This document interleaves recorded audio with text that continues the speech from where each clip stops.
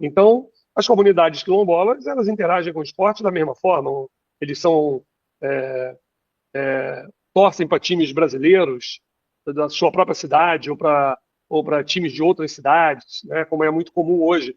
Em Curitiba deve ter flamenguista, né, deve ter vascaíno, né, e Curitiba tem dois grandes clubes, né, então não, eu sou Curitiba e Flamengo. Eles vão interagir mais ou menos dessa forma, vão consumir o esporte via televisão também, que é uma outra forma de consumo, né? Porque nós temos que entender que essas são comunidades que elas sofreram e foram integradas nessa sociedade, nessa sociedade política e cultural de forma O homogeneizante. Programa Esporte Sociedade é um projeto de extensão da Universidade de São Paulo que tem como objetivo formar um canal de análise social sobre esporte e interação com o público interessado nesse tema. O tema da entrevista de hoje é Práticas Corporais em Comunidades Quilombolas. O entrevistado é o professor titular Antônio Jorge Gonçalves Soares, da Universidade Federal do Rio de Janeiro, e a entrevistadora é a doutoranda pela Universidade de São Paulo e membra do GPESP, Juliana Eloy. Olá, pessoal, bem-vindos, bem-vindas. Meu nome é Juliana Eloy, sou professora de Educação Física no Instituto Federal de São Paulo, sou mestre em Educação pela USP e membro do GPESP, Grupo de Estudos e Pesquisa em Aspectos Socioculturais e Pedagógicos do Esporte, da USP de Ribeirão Preto. Hoje eu estou aqui para mediar mais um episódio do projeto de extensão Sociologia do Esporte ao Público, Universidade e Comunidade em Diálogo. Tivemos como o nosso participante de hoje o professor Antônio Jorge Gonçalves Soares, e convido vocês para assistirem a segunda parte da nossa entrevista. Perfeito, professor. Muito obrigado. Acho que a sua fala deixa claro que a noção, né, de comunidade quilombola ou de grupo étnico quilombola não é uma noção universal, pelo contrário, né, é plural. Esses saberes locais eles vão ser diferenciados, né, de um grupo para outro, essas identidades vão ser diferenciadas, e levando isso em consideração, inclusive sobre a construção desses novos sentidos, significados, de práticas sociais como um todo, gostaria de perguntar para você, na verdade, pedir para que você falasse um pouco sobre as práticas corporais que são de origem quilombola, né, a partir das pesquisas que você vem realizando. Como é que você vem percebendo assim essas práticas corporais? Como elas se dão nessas comunidades? Se puder falar um pouquinho sobre isso. Eu acho que a palavra origem ela pode confundir um pouco a gente, né? Mas o que acontece? A nossa colega Kalila Marrum fez uma tese brilhante de doutorado na comunidade quilombola de Bracuí, em Angra dos Reis, naquela região de Angra dos Reis. Ali, o que aconteceu? A escola não tinha uma interação muito boa com a comunidade, né? Não se assumia. Hoje em dia já se assumiu o quilombola. E o que aconteceu? Porque a educação quilombola ela não se dá só na escola quilombola. Ela se dá na comunidade. Entender educação não é apenas a escolarização, né? Ela é mais ampla. Mas lá tinha um grupo de mulheres e no passado aquela comunidade tinha o jongo, a dança do jongo, com as músicas do jongo, com os instrumentos do jongo, e eles construíram um grupo de jongo. E esse grupo de jongo que surge dentro da comunidade, ele passa a ser um espaço de formação das subjetividades, das identidades das novas gerações quilombolas daquela comunidade. E hoje, por exemplo, pode estar dentro da escola, porque geralmente, o problema das escolas, quando elas não têm uma comunidade com movimento social articulado, né, elas ficam muito reféns das efemérides, né? Dia da consciência negra, né? Ou algum líder negro que ficam muito dependentes disso e acabam, muitas das vezes, trabalhando numa perspectiva antirracista ou, para usar um termo que é meio frouxo, mas ele ajuda a explicar, trabalha-se com valorização de africanidades, entre aspas, essas africanidades, porque a África não é una, a África é um mundo de etnias, um mundo de línguas, etc. Então, o que tem dentro de algumas escolas é isso, né? Ou às vezes parte da escola em interação com os mestres da comunidade, por exemplo, trabalhar o jongo dentro da escola, porque nem sempre a escola quilombola atende alunos só quilombolas. Então, a ideia é socializar esses saberes e práticas, né? Lá em São Pedro da Aldeia, o que é que eles fizeram? Não havia uma, uma cultura, a cultura lá em São Pedro da Aldeia, ela é muito mais enraizada na luta pela terra. Mas aí o que que eles fizeram? A escola conseguiu, junto à secretaria, contratar um professor de capoeira para trabalhar com a capoeira dentro da escola. Então, você tem jongo, capoeira, tem maculelê, tem uma série de coisas que já estavam nos nossos anuários do folclore, que muitas das escolas passam a incorporar, e muitas das comunidades, né, muitas festas religiosas, também de caráter católico ou africano, já existiam, e nisso você pode criar aproximações. Mas observa como isso é complexo. Lá onde a gente estudou, para dar aula de capoeira, a diretora da escola mandava pedir autorização aos pais, porque a maior parte da população é evangélica e vê a capoeira como algo vinculado às religiões de matriz afrodescendente, né, pelo tipo de conto. Mas, de certa forma, é nesse espaço que se trabalham com as atividades corporais, que eu diria que ela está entranhada no nosso folclore brasileiro, né? Várias delas, né? Algumas de origem portuguesa, outras de origem africana. Então é isso. Agora, a comunidade quilombola, outras de origem religiosa, né? Festas religiosas.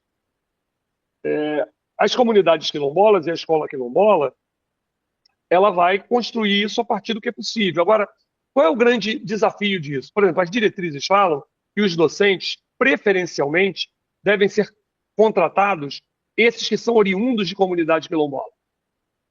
Mas a primeira coisa é que as diretrizes são interessantes, mas isso não quer dizer que as comunidades tenham professores e massa crítica para ser contratado. Do outro lado, nós temos um Estado montado no modelo republicano que você tem que fazer concursos específicos para essas comunidades, para entender como se dá o nó dessa coisa. Não é simples isso. E, ao mesmo tempo, se você fizer um concurso específico, você teria que colocar esses docentes permanentemente dentro dessas escolas. Um grande problema da escola brasileira, não é só da escola quilombola, é o tempo de permanência dos docentes nas escolas. E mesmo docentes concursados, sem serem temporários, em média eles permanecem 2 anos em cada escola. Eu estou dizendo em média. Então, isso cria uma tremenda dificuldade de qualquer gestão curricular. Porque se nós estamos falando que em qualquer escola o professor tem que ter conhecimento do bairro, da comunidade, das famílias, para poder melhor interagir com isso, quando você tem professores, primeiro de tempo parcial, que entram na escola, dão sua aula e vão. São professores que hoje em dia, a gente não usava esse termo no passado, mas são professores quase iFood, né? Delivery, né? Ainda temos o problema de professores que têm contratos temporários. Muitas prefeituras temos ainda muitos professores com contratos temporários. O estado de São Paulo tem uma enormidade de professores com contratos temporários. Então, isso tudo cria uma série de dificuldades dessa gestão escolar. Aí você me pergunta, como trabalhar as atividades corporais das escolas quilombolas? O que a gente tem visto? A gente vê, na revisão de literatura, principalmente, que há essas manifestações. Algumas escolas podem, por exemplo, interagir com o modelo de agricultura familiar que se cria na comunidade, que é também uma forma de manipulação corporal, né, na terra. Se a gente pensa em termos de cultura corporal, ela não se limita ao esporte. Agora, quando nós vamos olhar para isso, que eu sei que esse é um site vinculado, é um projeto vinculado à educação física, para as escolas quilombolas, elas têm a pior infraestrutura. elas estão mais localizadas na zona rural, a maioria não tem quadra, a maioria não tem laboratórios de informática para os alunos, podem ter internet, mas não tem internet para os docentes, mas não quer dizer que essa internet seja extensível aos alunos. E, no caso da educação física, é uma coisa, basta você entrar nos dados do INEP, os dados são terríveis. Vou dar um exemplo aqui do Rio Grande do Norte, que eu estou aqui. Por exemplo, tem 30 escolas, apenas 16 têm quadra. Só para a gente entender. Né? E vamos ver quais são as condições dessas quadras. Né? Então, mesmo o esporte convencional, para ser trabalhado nas escolas quilombolas, nós temos dificuldade. Quando você toma o Brasil como um todo, também é difícil.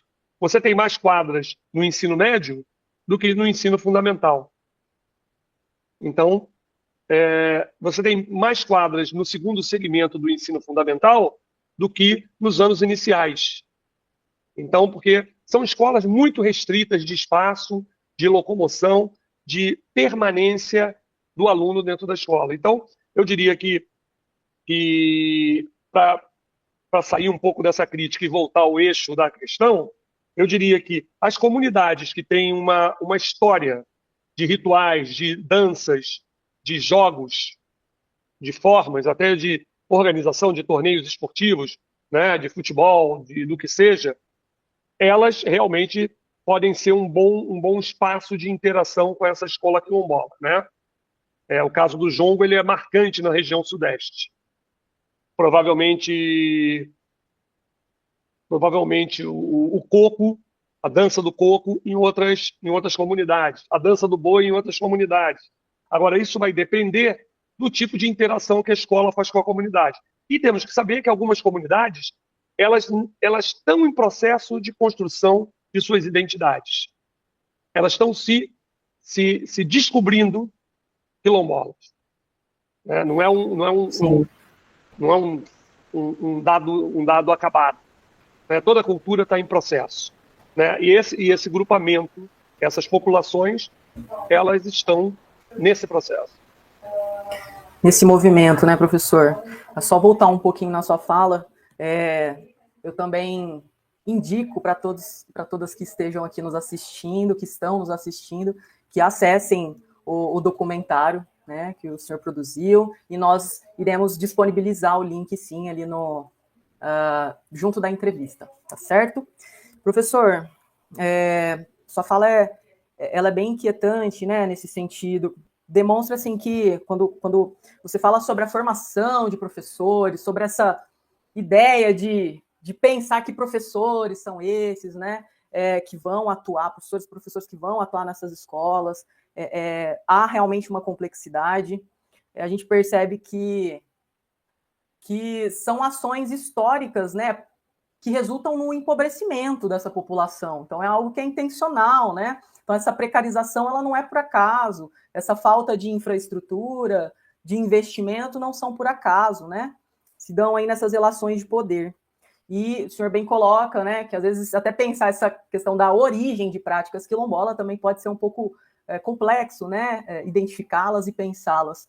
Agora, eu gostaria, professor, de falar de uma forma mais geral. Eu queria que o senhor falasse um pouco sobre a presença de práticas esportivas que você tenha percebido nessas comunidades quilombolas, né? Como o esporte ele interage com a cultura própria desses grupos a partir da sua percepção. Né? Você comentou alguma coisa sobre futebol, então como essas pessoas se relacionam, né? Principalmente onde o senhor fez as pesquisas, acompanhou mais de perto essas pesquisas, né? Como essas pessoas interagem com o esporte? Eu vou falar primeiro pela experiência e depois hipoteticamente, né? Pela experiência lá de Botafogo Caveira, a comunidade ao lado da sede da associação, que é muito pobre, ela aparece no documentário, né? Ela é muito pobrezinha, etc. Mas ao lado tem um campo de futebol, um bom campo de futebol, e a comunidade usa aquele campo de futebol. Né? O William, por exemplo, foi jogador do Flamengo, do Internacional, de alguns clubes aí do interior do Rio Grande do Sul, né? E ele é da comunidade quilombola, filho do líder comunitário. O que é que ele atualmente atua? Já teve algumas escolinhas, então ele tem uma escolinha de futebol, ele como ex-jogador de futebol, dentro da comunidade quilombola, né? Espero que os toscos dos conselhos estaduais de educação física, né, dos CREFs, não vão perturbar a vida do William, que faz um excelente trabalho comunitário, um lugar que não tem outra pessoa para fazer isso. E ele é um cara altamente qualificado, talvez mais qualificado do que muitos professores de educação física, porque ele é um cara formado, né, pelas categorias de base e se tornou atleta profissional. E ele retornou à comunidade quilombola e vive na comunidade quilombola.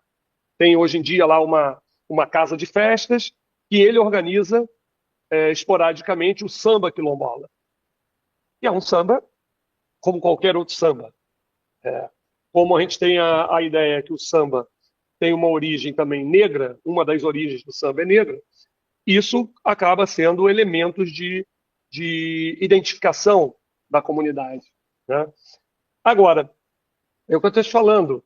Hipoteticamente, as comunidades quilombolas provavelmente são diferentes, por exemplo, de comunidades indígenas isoladas. Totalmente diferentes. Né? Isoladas, sem um pouco contato com os brancos. Então, as comunidades quilombolas, elas interagem com o esporte da mesma forma. Eles torcem para times brasileiros da sua própria cidade ou para times de outras cidades, né? Como é muito comum hoje. Em Curitiba deve ter flamenguista, né? Deve ter vascaíno, né? Em Curitiba tem 2 grandes clubes, né? Então, eu sou Curitiba e Flamengo. Eles vão interagir mais ou menos dessa forma. Vão consumir o esporte via televisão também, que é uma outra forma de consumo, né? Porque nós temos que entender que essas são comunidades que elas sofreram e foram integradas nessa sociedade, nessa sociedade política e cultural de forma homogeneizante. A televisão é o grande lugar de educação do esporte também, né? A gente tem que entender que as mídias elas têm um papel central nessa questão de socialização estética, do gosto, dos saberes, né? Passa pelas mídias, né? Hoje em dia nós temos agora o streaming, né? Mas é isso, essas comunidades quilombolas. Agora, qual é a dificuldade da prática esportiva dessas comunidades quilombolas? É a própria infraestrutura escolar. E se eu estou dizendo aqui que nós temos uma precarização da infraestrutura escolar, nós temos uma dificuldade da escola ser um equipamento cultural que junte essa comunidade. Por exemplo, o velho Darcy Ribeiro e Leonel Brizola, quando fizeram o CIEP, e todo mundo dizia que era uma coisa onipotente para botar isso dentro das favelas, com quadras, com piscinas, com biblioteca, o que eles queriam criar? A ideia do Darcy. Ainda que fosse uma ideia no modelo civilizatório, ocidental, ainda que o Darcy falasse, por exemplo, ele tinha os animadores culturais que eram contratados da comunidade para atuar dentro da escola, o Darcy Ribeiro, né, que é um outro grupo de pesquisas que a gente trabalha sobre essa temática da educação de tempo integral. Então, aquele modelo de escola do CIEP, daquela comunidade, a ideia tanto é que o nome não era escola, era Centro Integrado de Educação Pública, né? CIEP, Centro Integrado de Educação Pública. Porque era para ser visto como um local não só da escolarização, mas sim de apropriação da comunidade. Uma quadra com arquibancada para fazer suas festas, para interagir. Essa era o conceito. Claro que foi uma política top-down. Ele imaginou isso tudo e botou de cima para baixo, sem negociação com as comunidades, etc., que podemos hoje em dia fazer uma certa crítica nesse sentido, porque a comunidade não foi ouvida, né? Ou seja, de certa forma é o ideal de um intelectual que acha que vai melhorar com a sua intervenção a comunidade e vai. Agora, ali pelo menos você cria um equipamento cultural que a comunidade poderia, né, usufruir. Eu acho que essa é a dificuldade das escolas quilombolas. Talvez o governo federal fez aí o PAC da educação de tempo integral, mas ele tem que fazer associado a isso 2 PACs, né? O PAC da infraestrutura escolar, de qualificação não só das escolas quilombolas, de todas as escolas públicas no Brasil, um PAC da infraestrutura escolar, né? Um PAC que deveria ser um projeto de Estado e não de governo, né? Para a gente calcular em 30 anos, nós vamos ter escolas que poderão durar, sei lá, 100 anos e a manutenção seja mais baixa, fazer coisas de qualidade, né? E um outro PAC, um PAC da carreira docente, né? Um PAC da carreira docente que tornem os professores valorizados, com mais dignidade, mas que eles sejam professores de tempo integral nas suas escolas. Não dando 40 horas de aula, mas frequentando 40 horas semanais das suas escolas para conviver com a comunidade, para levar mais tempo com seus alunos, porque, por exemplo, a diferença entre Brasil e Cuba, a diferença acadêmica, é que um professor pega um aluno, não vou entrar aqui nas características, nas diferenças, mas um professor pega um aluno no primeiro ano e vai com ele até o 5º ano, para a gente usar aqui nossa organização curricular. Depois ele vai ter professores variados, mas esses vão permanecer na mesma escola. Então, quando você tem uma professora que acompanha por 5 anos o aluno, ela conhece a família. Ela tem intimidade com a família para chamar a família na escola. A família passa a confiar nela, porque pode ter o contato aí, é como médico, por exemplo. Quem troca de médico todo dia, acaba perdendo a sua memória. E, às vezes, os médicos, quando você vai para um médico novo, ele te receita coisas que não funcionam porque ele não tem a memória. E nem você tem a memória. Então, quando você frequenta um médico por muito tempo, esse médico já te conhece, sabe quais são os problemas que você tem, sabe quais são os remédios que você é alérgico. Então, a mesma coisa vale para a escola. A escola tem que ter professores que conheçam a comunidade. Qual é o problema das diretrizes curriculares? Eles querem uns professores temporários, na maioria dos casos, mesmo concursados especificamente para escolas quilombolas, mas temporários, né? Que ficam à mercê das prefeituras, da troca de poder. Com isso, o que acontece? Nós não temos a continuidade de uma política, né? E as diretrizes, o que ela pensa? Que esse professor tem que ser uma pessoa que interaja com a comunidade, que conheça a comunidade, que vá tomar cafezinho na casa do seu João, ou do Robertão lá que marque um café na casa do Robertão, leve o bolo, coisa e tal. Por quê?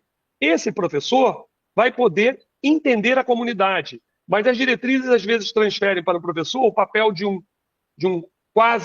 para-historiador, de um para-sociólogo, de um para-etnógrafo, quando esse professor mal tem tempo para ir à escola, pegar o ônibus e voltar para casa. Um professor que não permanece 40 horas dentro da escola. Então, eu acho que esse é um dos problemas que é a educação pública brasileira, que em outras escolas, em Portugal, Estados Unidos, né, em outros países, os professores não botam ovos em várias canastas.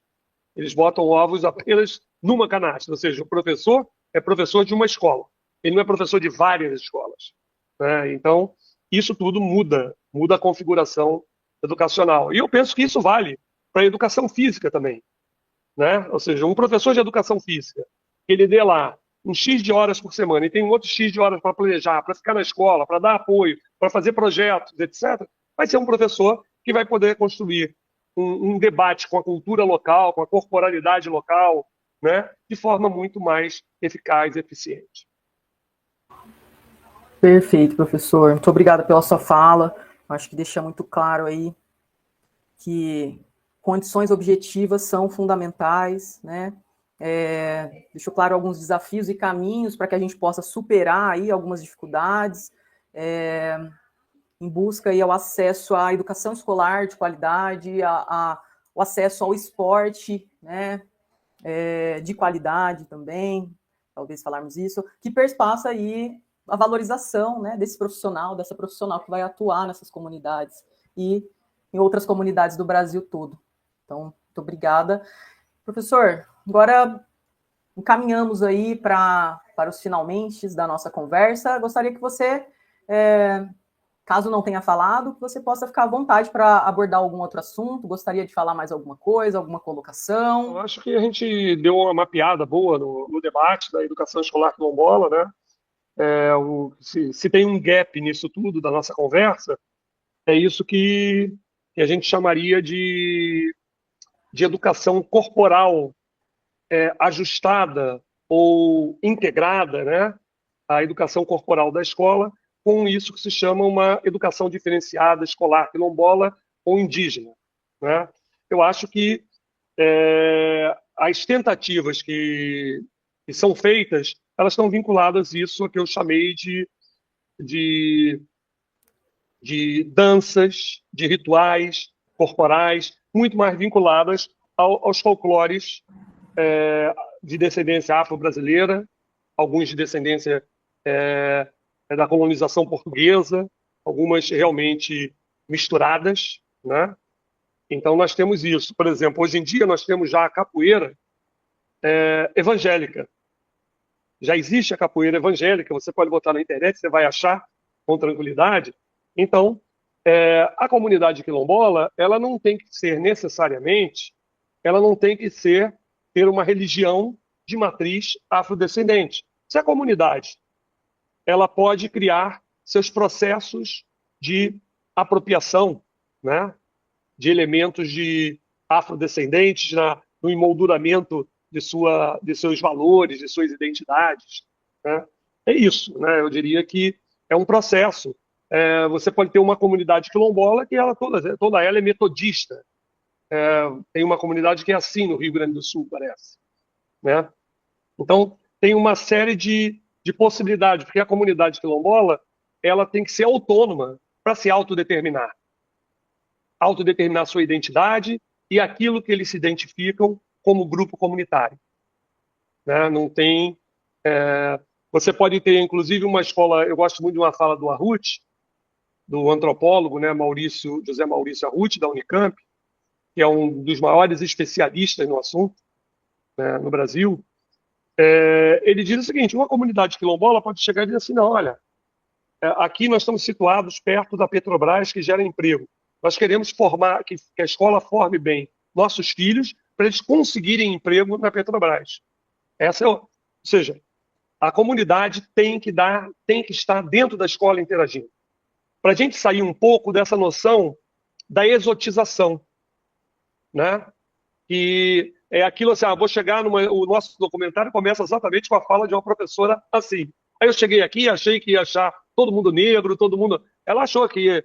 Qual é a imagem? Ela achou que ia achar negros capinando, fazendo sua agricultura com roupas de saco, né? Que é uma imagem folclorizada, né? O folclore é aquilo que perde a funcionalidade na cultura, né? De certa forma, né? Aquilo que você perdeu a funcionalidade, você folcloriza, faz espetáculo, faz o que for. Porque quando você está na cultura, aquilo é uma prática cultural. E a prática cultural, ela não é feita a partir da imagem do espetáculo, da exotização. Então, o que eu posso falar é que esse processo da cultura corporal dentro da educação escolar quilombola terá que ser feito junto às escolas, com seus professores, interagindo. Claro, para isso que você colocou, nós temos que ter condições objetivas e subjetivas para esses professores atuarem nesse modelo de escola. Eu acho que é isso. Acho que não tenho mais o que falar nesse momento. Professor Antônio, quero agradecer. Uma fala, você nos brindou com uma fala riquíssima, que com certeza contribuiu muito para um olhar amplo sobre a cultura quilombola, como o senhor coloca agora, da gente, né, tirar esses estereótipos, esse mito de que é aquela comunidade que age daquela maneira, que se veste de tal forma, né? Eu acho que a ideia é essa. São processos de luta que foram do passado, que são do presente, né? E que são comprometidos com a justiça social, com a conquista de direitos, e essa deve ser uma luta de todos e todas, né? A gente não pode se excluir desse processo, porque não somos quilombola. Eu acho que é isso. Nesse sentido. Então, muito obrigada por esse momento. Sei que está muito corrido por aí, mas conseguimos aí marcar esse horário e fico muito feliz que tenha dado certo de construirmos esse diálogo hoje, professor. Se você tem alguma sugestão de tema para a próxima entrevista, por favor, acesse o link do formulário na descrição do vídeo. Será um prazer contar com sua participação.